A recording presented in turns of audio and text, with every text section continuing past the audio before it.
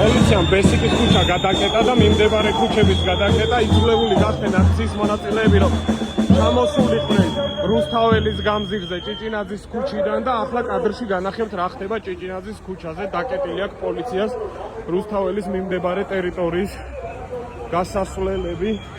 აი აქ ხედავთ კადრში ჩადგნენ, რომ აქციის მონაწილეები რუსთაველის პარლამენტის მიმდებარე ტერიტორიიდან არ გავიდნენ სხვა ტერიტორიაზე.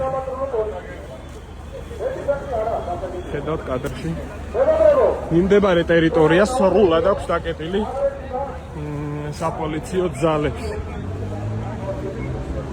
და პროტესტის მონაწილეებს არ ეძლევათ საშუალება, რომ პარლამენტის მიმდებარე ტერიტორია დატოვონ და მსვლელობით გაემართონ სასურველ ქუჩების მიმართულებით. აი ხედავთ კადრში მთელი პერიმეტრი გადაკეტილი აქვს საპოლიციო ძალებს.